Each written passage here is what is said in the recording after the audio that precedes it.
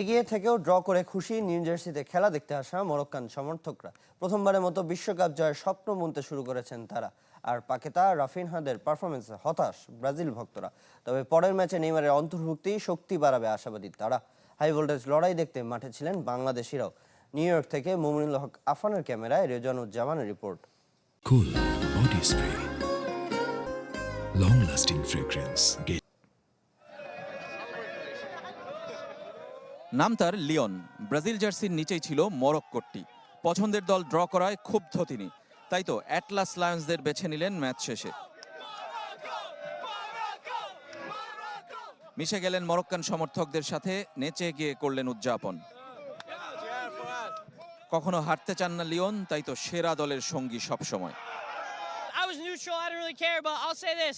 Morocco outplayed Brazil. Morocco played beautiful football today, beautiful football. So that's why you changed the team? Yeah, change the team. Whoever's winning, I'm a winner, gotta have a winning mentality, you know? ব্রাজিলের performance হতাশ করেছে অসংখ্য Selecao সমর্থকদের। কারো কথা Neymar না থাকায় ব্রাজিলের এমন অবস্থা, কারো অভিযোগের তীর কোচ আনচেলত্তির দিকে, কেউ বা দেখছেন ব্রাজিলের সবচেয়ে দুর্বল দল হিসেবে।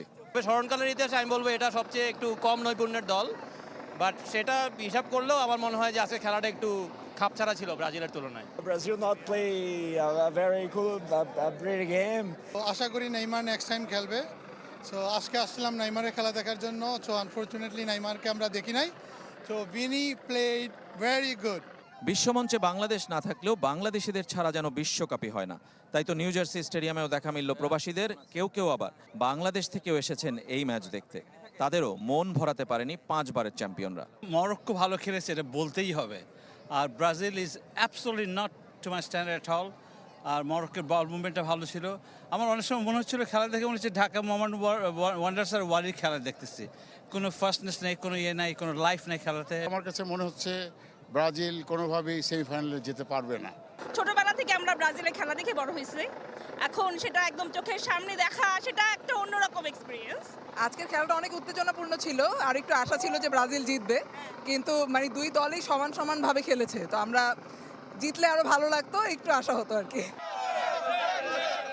ঠিক বিপরীত চিত্র মরক্কান সমর্থকদের। ড্র করে দারুণ খুশি তারা। লক্ষ্য তাদের এবার বিশ্বকাপটাকে নিজ দেশে নিয়ে যাওয়ার। আমি আজকে অনেক খুশি, কারণ আমি আসলে এক্সপেক্ট করে আসি নাই যে মরক্কো একটা মানে ম্যাচটা ড্র বা জয়ের দিকে যেতে পারে, কিন্তু পুরো ম্যাচে মরক্কো অসাধারণ খেলছে। We hope to get the semifinals like 2022. Yes, we are the seventh best team in the world. What's fantastic. You enjoyed it? Yeah, a lot. It was very, very good. Unfortunately, Morocco can gain in this match. It was great. Dima Maghreb, go Morocco, win the whole thing. প্রথম ম্যাচে Brazil হতাশ করলেও কেউ কেউ উদাহরণ টানছেন 4 বছর আগের আর্জেন্টিনার বিশ্বজয়ের ইতিহাসকে। প্রথম ম্যাচ হেরেও যে বিশ্বকাপ জিতেছিল সেলেসাওরা। Last year Argentina lost to Saudi Arabia. there you go. Brazil tied with Morocco. You can make an equation and they can go to the 6th trophy as Hexa. Of course, always. প্রথম ম্যাচে ব্রাজিলকে রুখে দিয়েছে Morocco. আনন্দ বেদনার বৈপরীত্যের দেখা মিলেছে এই new York new jersey স্টেডিয়ামে। আনন্দে বিভোর যেমন মরক্কান সমর্থকরা, তেমনি ব্রাজিলিয়ানরা বেদনায় কাতর। তবে দুই দলই সমতায় শেষ হওয়া ম্যাচের পরও আশা রাখছে বিশ্বকাপে অনেক দূরের পথ পাড়ি দিতে। Rezwanuzzaman, channel 24, new York new jersey stadium, যুক্তরাষ্ট্র।